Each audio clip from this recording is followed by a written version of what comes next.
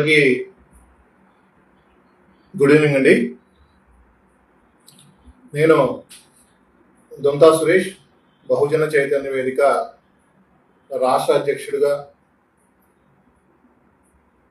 పనిచేస్తూ రాష్ట్రంలో బీసీలకి, ఎస్సీ ఎస్టీలకి ఏవైనా ఇబ్బందులు కలిగినప్పుడు నిలబడుతూ వారికి సమస్యలకి పరిష్కారం చూపే విధంగా నా ప్రయత్నాన్ని మా ఆర్గనైజేషన్ ద్వారా బహుజన చైతన్య వేదిక గుంటూరు కేంద్రంగా నడపబడుతుంది.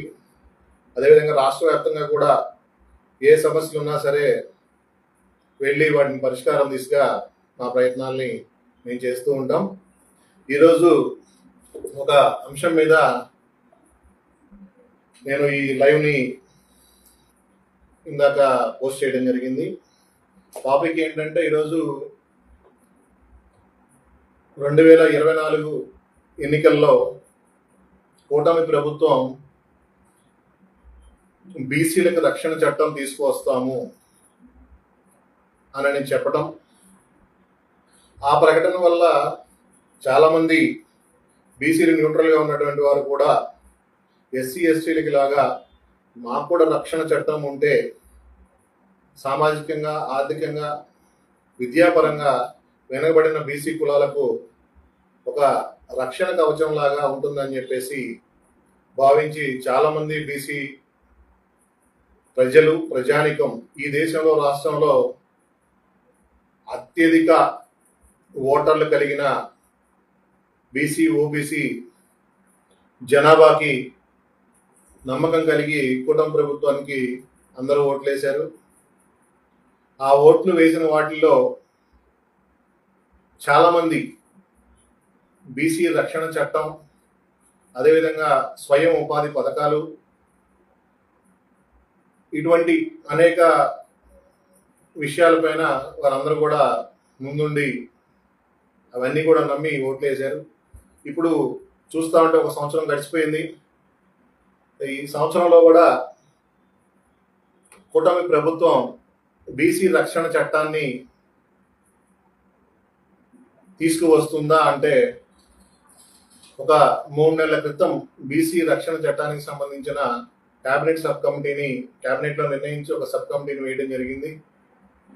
ఈ సబ్ కమిటీకి మరి టైం బౌండింగ్ పెట్టారో లేదో తెలియదు, కానీ ఆ క్యాబినెట్ సబ్ కమిటీ త్వరగా నిర్ణయం తీసుకొని బీసీలకు రక్షణ చట్టాన్ని త్వరగా రూపొందించి విధి విధానాలను బహిరంగపరిచి, అదేవిధంగా అభ్యంతరాలు ఏమైనా ఉంటే బీసీ సంఘాల దగ్గర నుంచి, అదేవిధంగా బీసీ ప్రజానీకం దగ్గర నుంచి కూడా వినతులు స్వీకరించి పకడ్బందీగా బీసీ రక్షణ చట్టాన్ని ఆంధ్రప్రదేశ్లో అమలు చేసే విధంగా కూటమి ప్రభుత్వం చర్యలు చేపట్టాలని చెప్పేసి ఈ సందర్భంగా నేను కోరుతూ ఉన్నాను.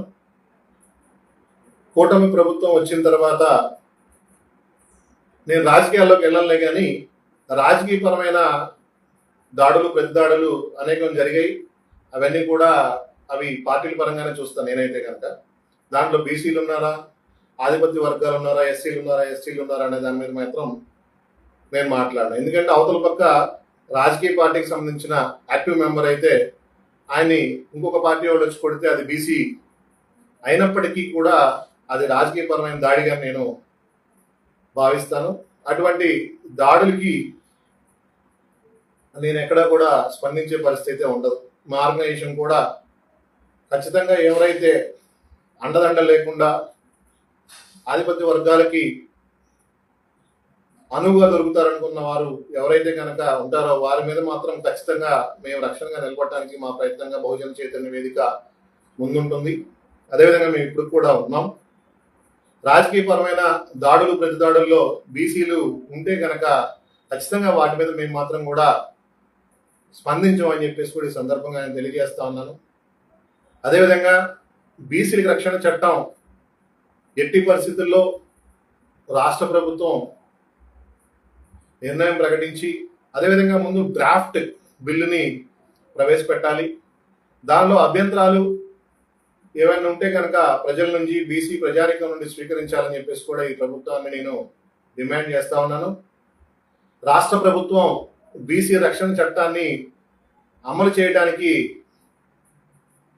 పోయినసారి వైఎస్ఆర్సీపీ ప్రభుత్వం కనుక లేడీస్ కి సంబంధించిన మహిళా పోలీస్ స్టేషన్ దిశ యాక్ట్ లాగా కాకుండా బీసీలకు రక్షణ చట్టం అనేది రాజ్యాంగపరమైన అంశాలతో కూడిన బీసీ రక్షణ చట్టాన్ని ఆంధ్రప్రదేశ్లో కూటమి ప్రభుత్వం ఏర్పాటు చేయాలని చెప్పేసి కూడా ఈ సందర్భంగా నేను డిమాండ్ చేస్తా ఉన్నా. ఎట్టి పరిస్థితుల్లో బీసీల పైన అనేక రకాలైన దాడులు జరుగుతూ ఉన్నాయి. ఈ దాడులన్నింటినీ కూడా ఆపాలి అని అంటే బీసీలకు రక్షణ చట్టం అవసరం ఉంది. ఎలక్షన్ ముందు కానీ ఎలక్షన్ తర్వాత అనేక దాడుల్ని మనం రాయలసీమ జిల్లాల నుంచి కానీ కోస్తాంధ్ర జిల్లా నుంచి కానీ ఈరోజు మనం చూసుకుంటే శ్రీకాకుళానికి కూడా ఇటువంటి దాడులు ప్రతి దాడులు వెళ్ళాయి అని అంటే ఎంతవరకు బీసీ ప్రజలపైన ఆధిపత్య వర్గాలు ఎంత చెలాయిస్తున్నాయి అనేది మనకు అర్థమవుతా ఉంది. 96 బీసీ కులాలున్న బీసీల్ని 140 పైగా బీసీ కులాలను చేసిన రాజశేఖర రెడ్డి గారు ఈరోజు శ్రీకాకుళంలో ఆధిపత్య వర్గాలుగా ఉన్న కొంతమంది బీసీల్లోనే ఆధిపత్య వర్గాల్లో ఉన్న కొంతమంది బీసీల్లో అట్టడుగు వర్గాలు ఉన్న ప్రజల్ని దారుణంగా కొట్టి హింసించడం, ఒకరిద్దరు మహిళలు చనిపోయారని చెప్పేసి కూడా తెలిసింది. వారికి రాష్ట్ర ప్రభుత్వం వెంటనే రక్షణ కల్పించి మిగతా వారం దాడికి గురైన రజక మహిళ ఒకరిలో ఇద్దరు చనిపోయారని చెప్పేసి కూడా చెప్తా ఉన్నారు. ఈ దాడిని నేను పూర్తిగా ఖండిస్తా ఉన్నాను. బహుజన చైతన్య వేదికగా శ్రీకాకుళం జిల్లాలో రజకుల పైన జరిగిన దాడిని, అదేవిధంగా రజక మహిళ ఒకరో ఇద్దరు మరణించారని చెప్పేసి కూడా వార్తలు చూస్తా ఉన్నాం. ఇటువంటి చర్యలను ఖచ్చితంగా రాష్ట్ర ప్రభుత్వం పరిగణలోకి తీసుకొని వాటిని నివారించే విధంగా చేసిన వారిపైన కేసులు బనాయించి ఎట్టి పరిస్థితుల్లో వారికి నేరాలను రుజువయ్యే విధంగా సెక్షన్లు ఏర్పాటు చేసి వారందరినీ కూడా న్యాయస్థానం ముందు నిలబెట్టాల్సిన అవసరం ఉందని చెప్పేసి కూడా రాష్ట్ర ప్రభుత్వాన్ని డిమాండ్ చేస్తూ శ్రీకాకుళంలో రజకుల పైన దాడి చేసి అమానుషంగా కొట్టి వారందరినీ కూడా ఒకరిద్దరు మరణానికి కారకులైన వాళ్ళందరినీ వెంటనే అరెస్ట్ చేయాలని చెప్పేసి కూడా రాష్ట్ర ప్రభుత్వాన్ని డిమాండ్ చేస్తూ, అదేవిధంగా మిగతా దెబ్బలు తగిలిన వాళ్ళందరికీ కూడా రాష్ట్ర ప్రభుత్వం నష్టపరిహారాన్ని చెల్లించాలని చెప్పేసి కూడా ఈ సందర్భంగా నేను డిమాండ్ చేస్తూ, ఎట్టి పరిస్థితుల్లో బీసీ యాక్ట్ త్వరలోనే రాష్ట్ర ప్రభుత్వం ఇస్తుందని చెప్పేసి కూడా నేను ఆశిస్తూ ఉన్నాను. ఇప్పటికీ 1 సంవత్సరం దాటిపోయింది. వారు చెప్పిన విధంగా 1 సంవత్సరంలో బీసీ యాక్ట్ని తీసుకొస్తామని చెప్పారు. 1 సంవత్సరం గడిచిపోయింది. అదేవిధంగా ఇంకొక ప్రభుత్వానికి అనేక రకాలైన సమస్యలు ఎన్నో విధాలుగా ఉంటాయి కాబట్టి వాటన్నిటి దృష్టిలో పెట్టుకుని 1 సంవత్సరం గడిచిపోయిన తర్వాత ఇంకొక 6 నెలల పాటు దీన్ని సంక్రాంతి వరకు కూడా వేచి చూసి రాష్ట్రంలో ఉన్న బీసీ సంఘాలన్నింటినీ కలుపుకొని పెద్ద ఎత్తున బీసీ రక్షణ చట్టం కోసం ఉద్యమిస్తామని చెప్పేసి కూడా ఈ సందర్భంగా నేను డిమాండ్ చేస్తా ఉన్నాను, తెలియపరుస్తా ఉన్నాను.